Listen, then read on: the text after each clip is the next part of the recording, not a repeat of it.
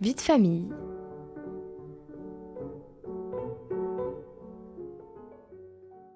Retrouver ses racines chrétiennes par l'approfondissement de la Bible. Bonjour et bienvenue à l'écoute de Vie de famille, émission animée par Bénédicte Piffard. Alors aujourd'hui en studio, nous recevons Béatrice Baudet, mère de famille, 5 enfants, une cinquantaine d'années, passionnée par la Bible. Et 2 autres participantes, Céline et Brigitte, elles aussi séduites par cette découverte de la Bible proposée et présentée par Béatrice. Alors bonjour Béatrice, bonjour Céline et bonjour Brigitte. Bonjour. Merci d'être présente aujourd'hui. Alors nous allons commencer par vous Béatrice. Comment vous est né cet attrait pour la Bible ?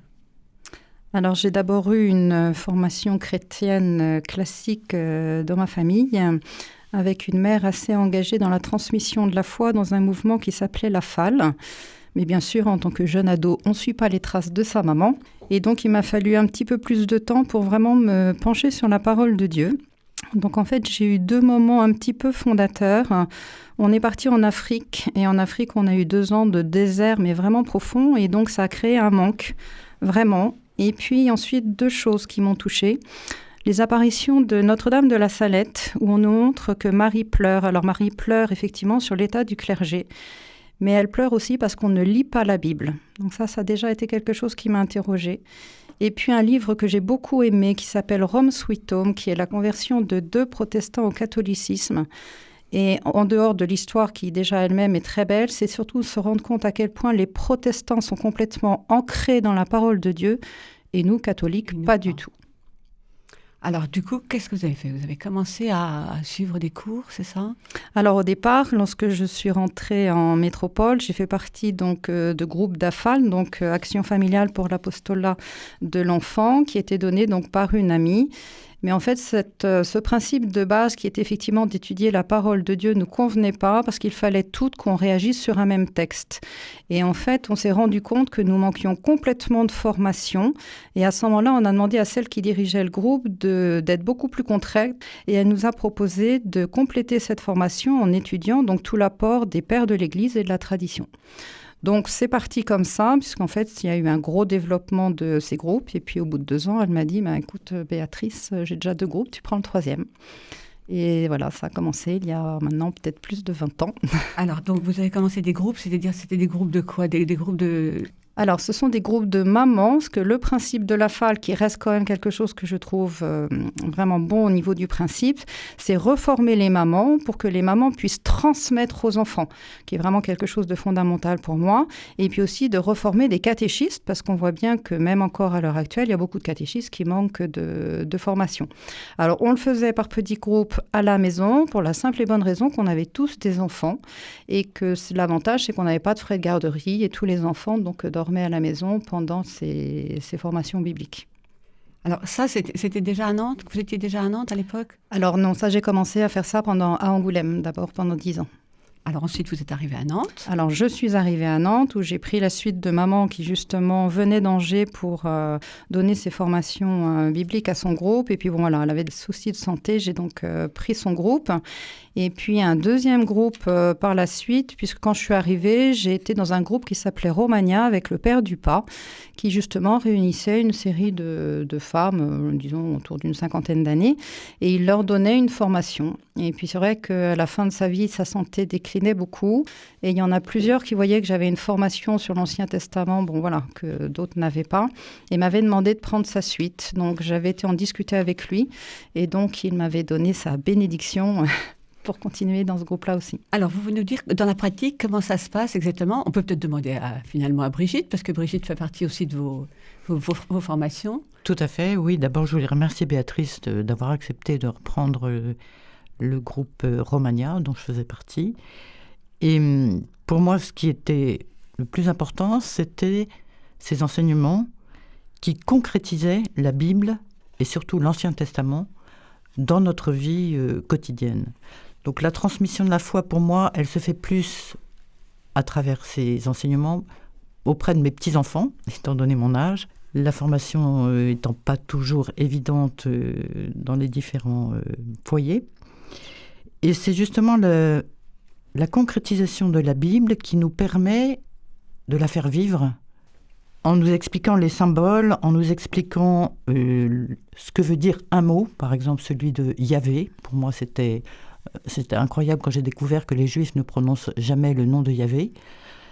Donc voilà, c'est remettre l'Ancien Testament dans notre vie chrétienne, dans la transmission qu'on peut en donner à nos enfants et petits-enfants, grâce au décortiquage qui est fait des textes qui nous permettent à nous de pouvoir les transmettre à ceux qui nous sont chers. Merci Brigitte. On va repartir vers vous, Béatrice, pour savoir comment se constituent les groupes.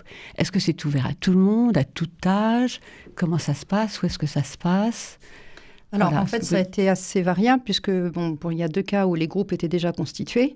Donc, je les ai repris. Et puis après, ça fait effectivement boule de neige parce qu'une va en parler à une autre en disant « j'ai une super formation » et puis vient donc comme ça. Et c'est vrai que là, actuellement, sur Nantes, je suis montée à 4 groupes, donc toujours à la maison. De fait, je n'ai pas eu besoin de faire de la pub, c'est toujours par les participantes que ça s'est fait. Donc, il n'y a aucune barrière, tout le monde peut venir, bien sûr, pour suivre ce type de formation. Surtout que moi, vraiment, mon désir, c'est d'employer des termes extrêmement simples. Donc, je ne suis pas une théologienne, je ne suis pas une philosophe. Et donc, tous les termes que j'utilise sont compris par le lambda, vraiment pour tout le monde. Et puis, si jamais il y avait vraiment besoin d'avoir un mot particulier, je l'explicite ou je le définis toujours. Donc, le but, c'est vraiment d'avoir un langage très simple. Donc, ça peut être déjà des personnes qui ont une certaine formation chrétienne, une formation même biblique, ou d'autres qui n'y connaissent rien. Mais dans un même groupe, ça ne pose aucune difficulté, sachant que dans le groupe, effectivement, il y a cette part d'enseignement que je donne. Mais ce qui est très important aussi, c'est qu'il y a cet aspect convivial de tout le monde, où il y en a une qui va dire « mais je ne comprends pas », ou alors « eh oui, je suis d'accord », et apporter un autre témoignage. C'est interactif, c'est pas figé. Non, il y a quand même la base d'enseignement, mais à partir de cet enseignement, on peut rebondir, et puis parfois, on va toucher à d'autres sujets en fonction des... Alors, est-ce que vous donnez des polycopiés? Comment vous faites? Alors après, effectivement, moi, tout est sur l'ordinateur, donc j'envoie toujours le contenu de la séance. Et depuis 1 an, je m'enregistre aussi. Comme ça, celles qui sont absentes à un cours peuvent l'écouter ou le réécouter. Donc, ça leur fait aussi une base quand il y a des catéchistes. Par exemple, si j'ai fait Noé à un moment donné et qu'elles ont tout d'un coup le thème du déluge, elles peuvent aller retrouver... On va parler ensuite de vos différents thèmes. Alors, c'est une fois par mois? Non, une fois tous les 15 jours? C'est tous les 15 jours.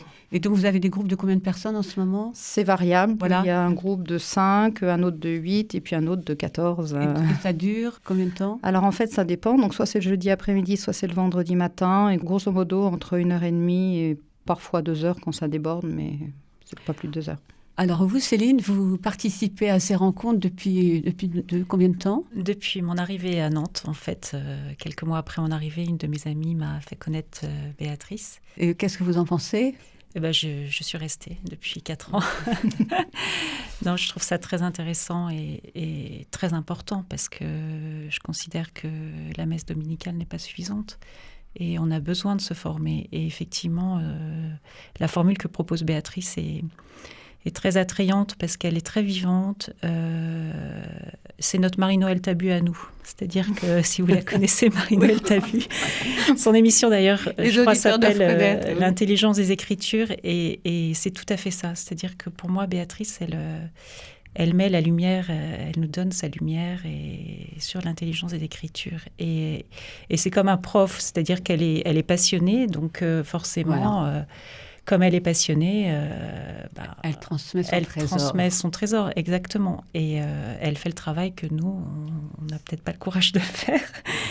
C'est-à-dire qu'elle travaille ses cours, évidemment, et avec différents supports. Et puis nous, on est là pour recevoir et pour réagir aussi. C'est un très beau rendez-vous.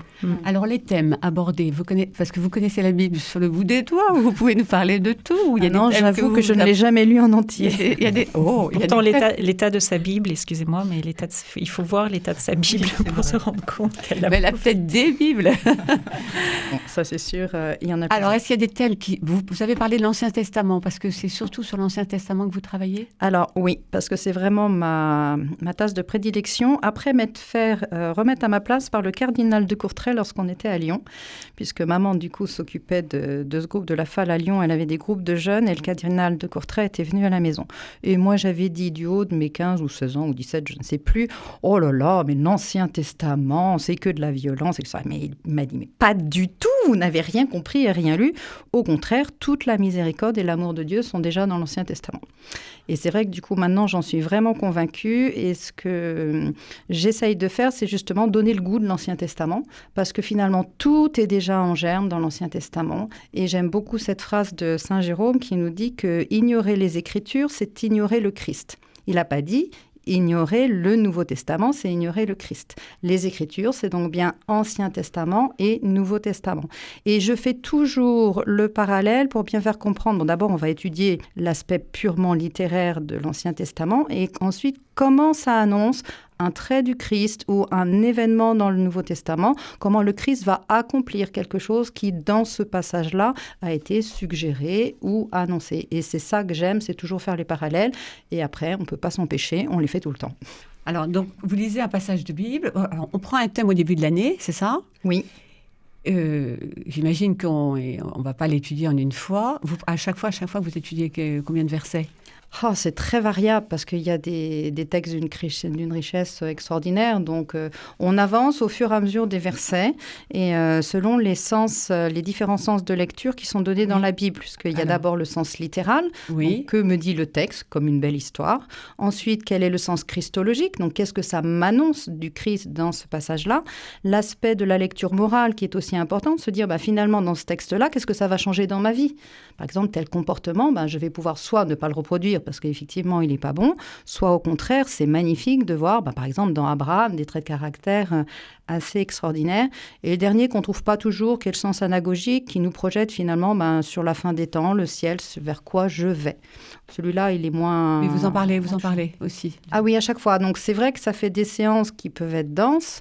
Par exemple, pour parler du chapitre 22 du sacrifice d'Abraham, à mon avis, il y a 5 séances rien que pour ce chapitre-là. Il y a tellement de choses à dire. Et puis, il va y avoir des chapitres avec un thème particulier. Le sacrifice d'Abraham, je fais à un moment donné un topo où je parle du sacrifice dans toute la Bible. De Abraham, par Abel, Moïse, et puis pour arriver au sacrifice du Christ. Donc, de temps en temps, il va y avoir des thèmes clés qui permettent de faire une rétrospective de tout ce thème-là dans toute la Bible. Alors, quels sont les grands thèmes que vous abordez ?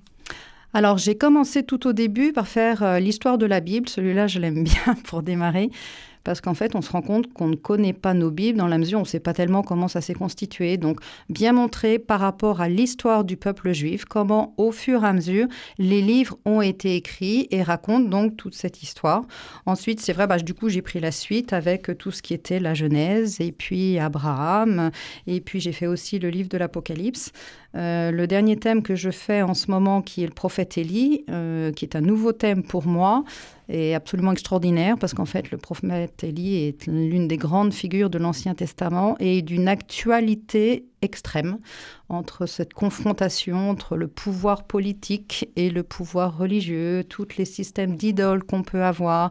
Élie qui a fait une dépression, donc avec tous les burn-out qu'on peut rencontrer autour de nous. Donc, on se rend compte qu'avec cette figure-là, il y a vraiment quelque chose de très proche de nous. Et ce que je voudrais dire dans tous ces thèmes, c'est que je cherche à faire partager quelque chose, mais en même temps, moi, je me construis et j'apprends aussi. Donc, ça n'est pas que dans un sens, ça m'aide moi aussi dans ma foi. Merci de nous rejoindre à l'écoute de Vie de famille. Nous sommes en présence de Béatrice, Céline et Brigitte sur le thème « Approfondir ses racines chrétiennes par l'étude de la Bible ». Alors, comment vous situez-vous par rapport à l'Église? Est-ce que vous avez un statut Excusez-moi pour cette question. Non, mais tout le monde me la pose.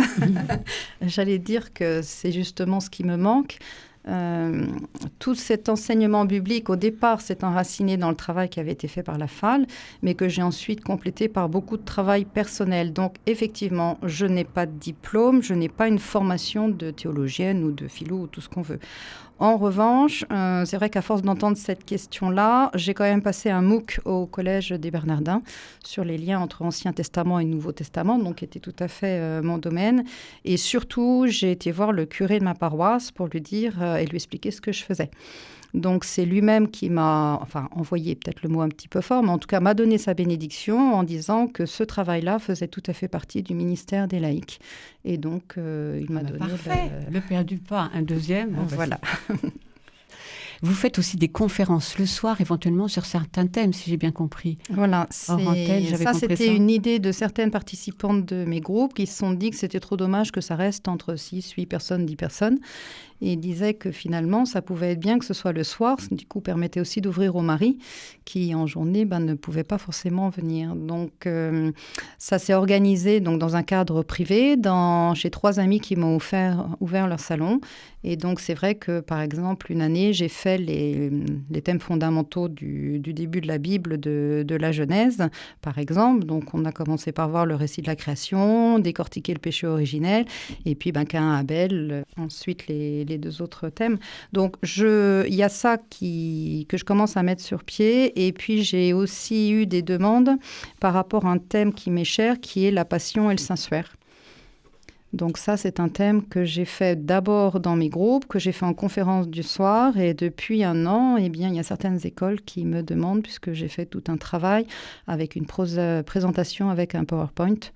Et donc, j'ai fait une présentation, par exemple, l'année dernière à l'Externat Chavannes pour toutes les 3e, 4e et puis les parents de l'établissement.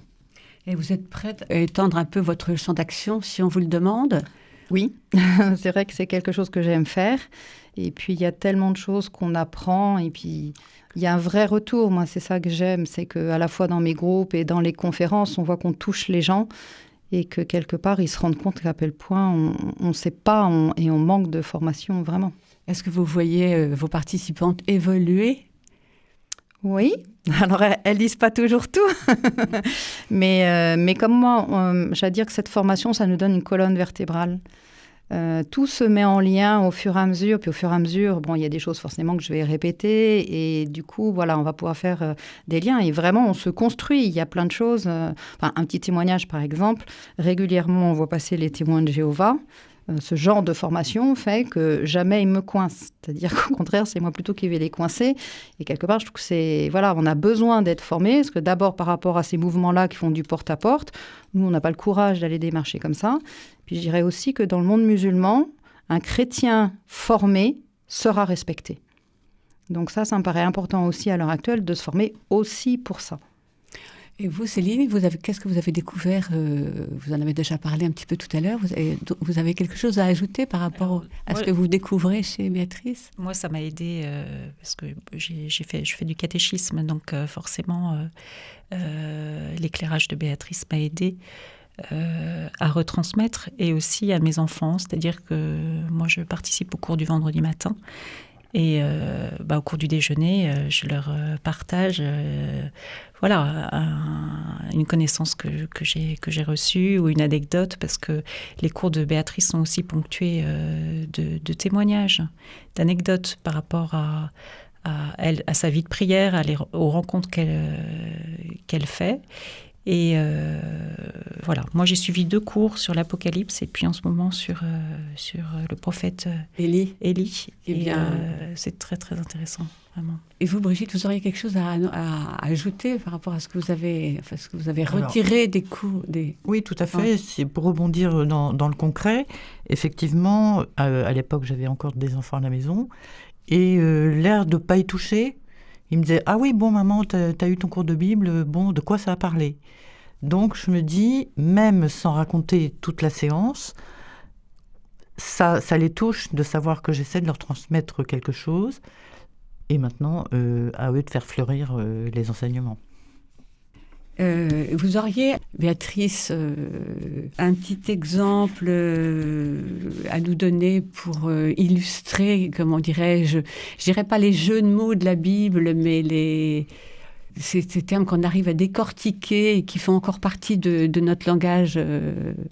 Là, comme ça, c'est un petit peu difficile, mais c'est vrai que Par exemple, oui, dans l'Apocalypse, par exemple, lorsqu'on lit les lettres aux églises, on apprend quand même pas mal de choses parce que dans l'une des lettres aux églises, alors je ne sais plus laquelle, on parle du pactole et qui est le fleuve sur place parce que c'était en lien avec Crésus, qui était cet homme richissime. Donc en fait, on va apprendre des choses de vocabulaire qu'on emploie aussi, et on ne sait pas que c'est forcément ancré dans la Bible. Par exemple, c'est pareil pour les jérémiades. Quand on dit quelqu'un qui râle tout le temps ou qui pleurniche, etc., ça vient tout simplement du prophète Jérémie. Pourquoi ? Parce que Jérémie intervient juste avant l'exil et il est en train d'annoncer cet exil, il est en train d'annoncer toutes les souffrances. Donc forcément, dans ce qu'il annonce, ce n'était pas très, très réjouissant à cette époque-là.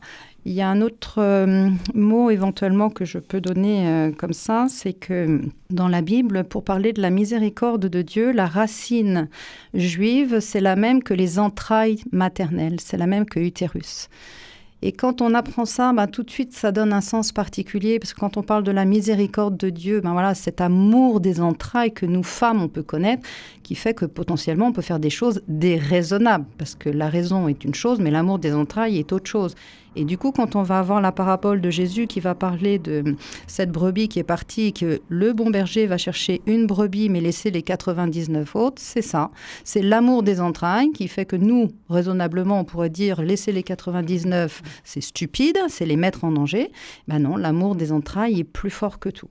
Et je précise juste du coup que je préfère la formulation du « Je vous salue Marie » avec le Fils des entrailles et non pas votre enfant est béni comme certaines le disent, parce que justement je trouve que les entrailles, il y a quelque chose de la miséricorde de Dieu qui nous est dit à ce moment-là. Est-ce que vous vous êtes penché sur les formations pour les petits-enfants ? Alors non, parce que c'est vrai que j'ai fait pas mal de petites formations, ou pour les enfants ou les à l'église, mais je trouve qu'après, quand on a pris l'habitude de parler avec des adultes, c'est plus difficile de revenir à une manière d'intervenir avec des tout-petits. Donc, je préfère effectivement rester sur les adultes. Et je trouve aussi que les adultes de maintenant ont tellement de manque de formation que la priorité va être là. Quand les parents sont formés, les enfants seront formés derrière. Il y aura quelque chose qui va suivre. Alors, notre émission va bientôt toucher à sa fin. Est-ce que vous auriez un message, l'une de vous, un message bien percutant pour les auditeurs qui nous écoutent ? Moi, je dirais qu'à travers ces enseignements-là, Béatrice remplit vraiment sa mission évangélique et sa mission apostolique, et qu'on essaie de notre côté, à son image, de reproduire auprès des gens qui nous entourent. Plus ou moins bien, évidemment.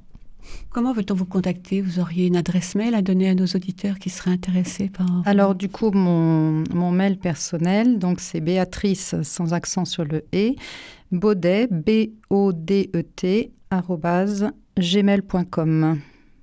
Voilà, donc je répondrai au mail si effectivement il y avait besoin de quelque chose. Je voudrais juste rebondir tout à l'heure parce que Céline très gentiment m'a comparée à Marie-Noël Tabut. Alors, je ne suis pas du tout de la même pointure. Elle fait partie de mes sources d'inspiration, mais bon voilà, on n'est pas du tout au même niveau. Moi, ce que j'ai envie de dire, c'est que dans mes groupes, j'ai envie de faire ce qui s'est passé dans l'auberge d'Emmaüs. C'est comment Jésus a expliqué tout ce qui le concernait dans l'Ancien Testament à ses disciples. Alors c'est dommage parce que le terme d'Emmaüs est déjà pris, mais j'aurais bien pris ce nom-là pour qualifier mes petits groupes. Et votre vie, c'est pas indiscret, votre vie a évolué au fil de l'approfondissement de la Bible que vous avez fait. Vous avez l'impression que... C'est surtout que tout se met en place. On se dit que tout est cohérent, tout s'enchaîne, toute la pédagogie de Dieu avance, mais avec les éléments du temps et la manière de penser à une époque. Et c'est là aussi que c'est important, c'est que je montre bien que dans l'Ancien Testament, il faut toujours prendre le texte dans le contexte de pensée à un moment donné. Sinon, on peut faire des contresens. Et donc, voir comment, au fur et à mesure, Dieu va rectifier les manières de penser ou de le percevoir et de le concevoir jusqu'à la révélation complète, donc dans son Fils Jésus. Bon, merci beaucoup, Béatrice, pour vos propos fort intéressants. Merci Brigitte, merci Céline. Merci, chers auditeurs, pour votre fidèle écoute. À la semaine prochaine pour un autre thème.